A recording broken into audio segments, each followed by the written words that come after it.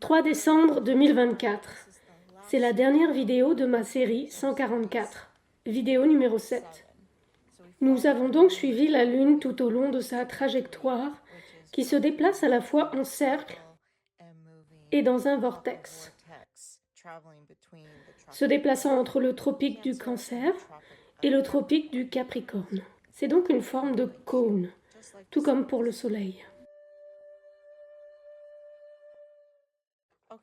Bon, donc elle a fait tout le tour et je vais vous montrer quelques vidéos des jours précédents, le 3 décembre ici. Regardez ça. C'est la 25e phase qui commence dès le premier jour en Sagittaire. Donc, c'est la lune de la Balance ici. Vous pouvez voir qu'ils essaient déjà de la dissimuler. Celle-ci est juste, en dessous de l'équateur. Donc, elle redescend dans ce vortex maintenant. Que se passe-t-il? Il est environ 6h30, 6h45. Vous pouvez voir le soleil se lever ici. Et cette lune décroissante, la lumière diminue de plus en plus, se déplaçant vers le soleil ici. Dans quelques jours, ils se lèveront exactement au même moment. Maintenant, rappelez-vous que le soleil est en Sagittaire. Cela signifie que la lune reviendra en Sagittaire, là où elle a commencé, et qu'elle sera noire pendant 2 ou 3 jours. Elle est juste à côté du soleil. Nous ne pourrons pas la voir pendant 2 ou 3 jours. La prochaine fois, elle sera en Capricorne. Et elle sera de ce côté du soleil, ici. Et ce sera visible au coucher du soleil. Et ce sera le premier croissant. Et cela marquera le début du prochain nouveau cycle. J'espère donc que vous pourrez le voir ici.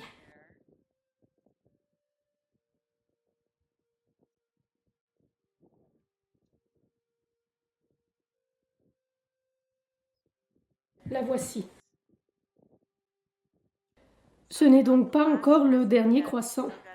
Il nous reste encore un autre signe à traverser. Il nous reste encore le Scorpion, qui sera un peu plus proche, puis le Sagittaire, et enfin le premier croissant.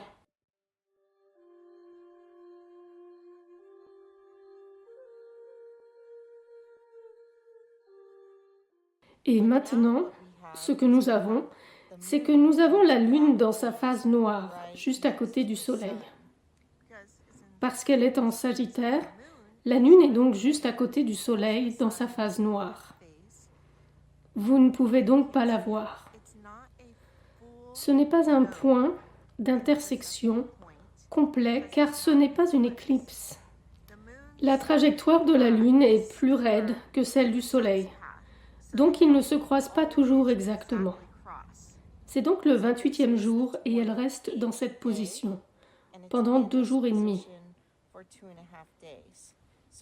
Donc aujourd'hui, le 3 décembre, elle a terminé le Sagittaire et ensuite ce qui se passe, c'est qu'elle entre en Capricorne, comme premier croissant, démarrant le nouveau cycle.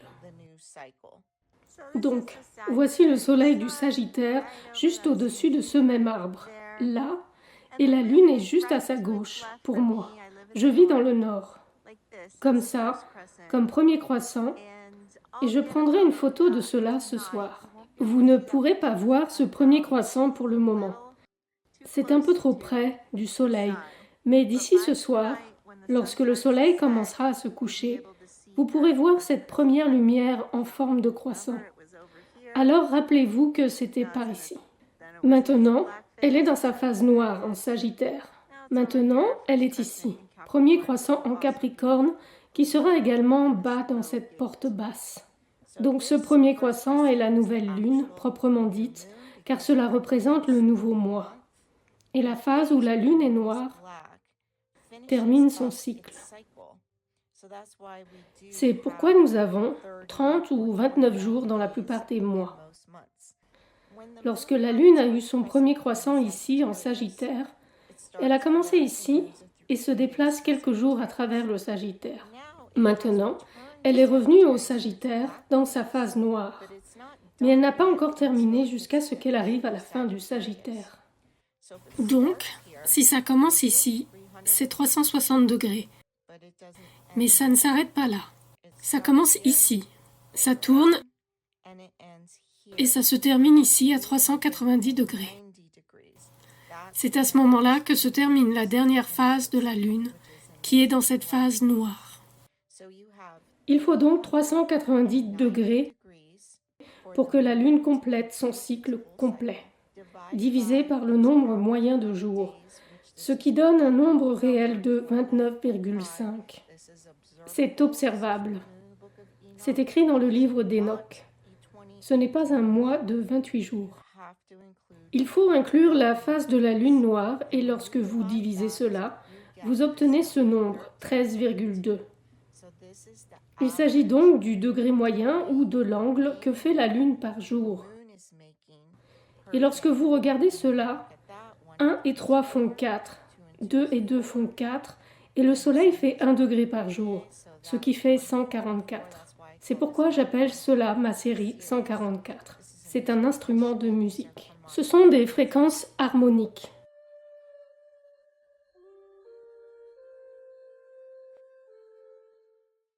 En ce qui concerne les éclipses, il existe de nombreuses informations erronées.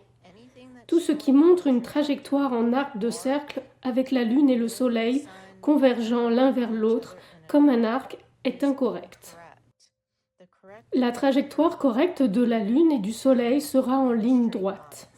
Et c'est exactement ce que vous voyez lorsque vous filmez une éclipse solaire en accéléré ou en vidéo avec un appareil photo qui n'est pas un objectif fisheye. Vous verrez la trajectoire en ligne droite de la Lune et du Soleil se rejoindre. Ce sont deux fréquences qui se rejoignent. Deux champs toriques se rejoignent. Et selon le signe dans lequel se trouvent le Soleil et la Lune, cela déterminera l'angle sous lequel cette trajectoire se rejoint. Il n'y a pas de troisième corps qui entre pour faire une éclipse. Ainsi, le 1er décembre, la Lune est entrée dans sa phase de lune noire ici, en Sagittaire. Nous le savons parce qu'elle se trouvait à une hauteur spécifique dans le ciel. Lorsque vous ouvrez une application de suivi des étoiles, comme je l'ai fait ici, nous sommes le 1er décembre, le Soleil est ici, et vous voyez qu'il est en Scorpion, et la Lune ici aussi en Scorpion. Donc, dans sa phase de lune noire, cette application, comme la majorité des applications sur Internet et la majorité des sites web sur Internet, utilise l'astrologie sidérale. Ils utilisent les constellations derrière le Soleil et la Lune pour vous dire à quelle position se trouve le Soleil ou la Lune, entre guillemets, et c'est incorrect. Ce n'est pas la science de l'univers. La science de l'univers est le mouvement du Soleil et de la Lune entre les tropiques.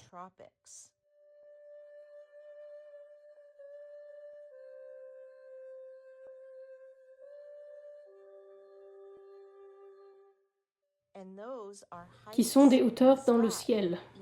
Enoch les appelle portes. Vous avez donc la porte 1, 2, 3, 4, 5, 6 qui monte dans le vortex et la porte 6, 5, 4, 3, 2, 1 qui descend dans le vortex. Et ici, vous pouvez voir où elles sont ensemble ici. Cela devrait être le Sagittaire car c'est le Sagittaire dans le système tropical. Le système correct du mouvement du Soleil et de la Lune. Ils ne veulent pas que vous sachiez que le Soleil bouge. Ils veulent que vous pensiez que vous tournez tous autour de lui. Donc, ils vous maintiennent prisonniers de ce système sidéral et toutes les applications sont conçues pour vous maintenir dans ce système sidéral. C'est pourquoi tout cela est un mauvais endroit et c'est pourquoi vous verrez des gens sur Internet dire « Oh mon Dieu, la Lune est au mauvais endroit !» Non, la Lune est au bon endroit.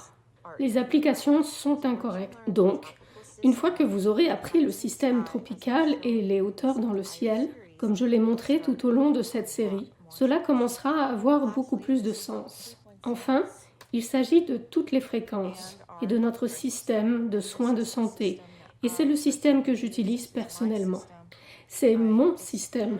J'ai développé le système de George Carey du livre God Man écrit au début des années 1900, et au lieu de simplement prendre un sel cellulaire pour lequel je n'étais pas dans la place, je prends les sels cellulaires en fonction des angles ou de la fréquence dans lequel se trouvent le Soleil et la Lune. Par exemple, le Soleil est en Sagittaire en ce moment, donc je prends le Sagittaire, et la Lune vient de se déplacer vers le Capricorne, donc je prends le Capricorne. Puis la Lune va passer à travers, donc je continuerai à prendre le Sagittaire, et je déplacerai ces sels cellulaires selon ces fréquences tout au long du mois prochain. J'ai mon calendrier du crème qui est correct. Certaines applications auront parfois les emplacements corrects, mais pas tout le temps. Et la raison en est que ces constellations se sont déplacées vers les poissons, mais pas suffisamment. Mais au fil du temps, à mesure que ces constellations se déplacent davantage, la Lune et le Soleil seront de plus en plus déplacés, apparemment à cause de leur système sidéral. Vous devez donc vous rappeler que le placement du mouvement du Soleil et de la Lune entre les tropiques porte le même nom que le système sidéral qui est arrivé bien plus tard, des milliers et des milliers d'années plus tard. Le système tropical est la véritable science de l'univers, et il est intéressant qu'Enoch les décompose en portes, plutôt que d'utiliser ces noms, qui créent de la confusion pour beaucoup de gens. On pourrait donc dire que la Lune est dans la porte 1, ce serait ce sel cellulaire. La Lune est dans la porte 2, ce serait ce sel cellulaire qui monte dans le vortex. La porte 3, etc. Et ensuite, vous avez les portes qui descendent dans le vortex. C'est peut-être une façon plus simple d'y penser pour vous. Mais ce que ces noms représentent, le Sagittaire, le Capricorne, le Verseau, sont des attributs du Soleil, dont la Lune est une portion, comme Enoch aime le décrire. Donc le Sagittaire est un attribut du Soleil. Le lion est un attribut du Soleil, c'est l'été, dans la chaleur. Le chat et la chaleur. Ce sont les noms des attributs du Soleil. Le Cancer signifie l'équilibre. Il est équilibré par rapport à l'hiver ici. La Balance signifie l'équilibre. Elle est équilibrée à l'équateur, 12 heures de lumière. Le Bélier est le début, l'agneau qui est né. Donc c'est là que le Soleil est à 12 heures de lumière vers le Taureau. C'est quand vous labourez les champs. Le Soleil vous donne la bonne lumière pour commencer à y travailler. Les Gémeaux, Gemini en anglais, la gemme, pierre précieuse, en I en anglais. C'est la première saison de récolte, des fruits d'été. Nous avons le Soleil qui commence à culminer ici, en Gémeaux. Donc ce sont tous des attributs du Soleil. Ce ne sont pas des animaux stupides dans des constellations qui ne ressemblent pas vraiment à ce qu'ils disent qu'ils ressemblent, et c'est un système tropical. La fréquence du Soleil se déplace entre les tropiques. Maintenant, il y a un site web sur lequel vous pouvez aller pour rechercher les positions des signes tropicaux. Il s'appelle astrothem.com. Ouvrez l'application. Vous pouvez y entrer n'importe quel jour ou heure et cela vous montrera, ici le 3 décembre aujourd'hui, vous verrez que la Lune a traversé le Sagittaire, elle l'a fait la nuit dernière et elle est maintenant en Capricorne. Vous verrez donc ce premier croissant ce soir, le 3 décembre. Le 3 décembre 2024. C'est le premier croissant du Capricorne qui commence le nouveau cycle solaire lunaire. Nous avons le Soleil qui se couche en Sagittaire juste là. La Lune a terminé en Sagittaire. Tard hier soir et maintenant elle est ici en Capricorne. À la fois basse sur la roue du ciel.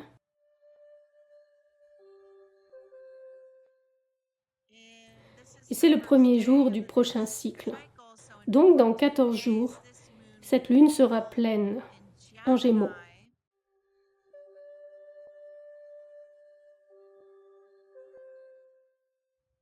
Alors que le Soleil est toujours en Sagittaire, et la pleine lune des Gémeaux sera très haute dans le ciel par rapport à ce premier croissant du Capricorne. Et c'est une application que j'ai examinée depuis plusieurs années maintenant. Donc cela fait des positions tropicales correctes. Maintenant, juste pour vous montrer une autre application maintenant. C'est une application du ciel.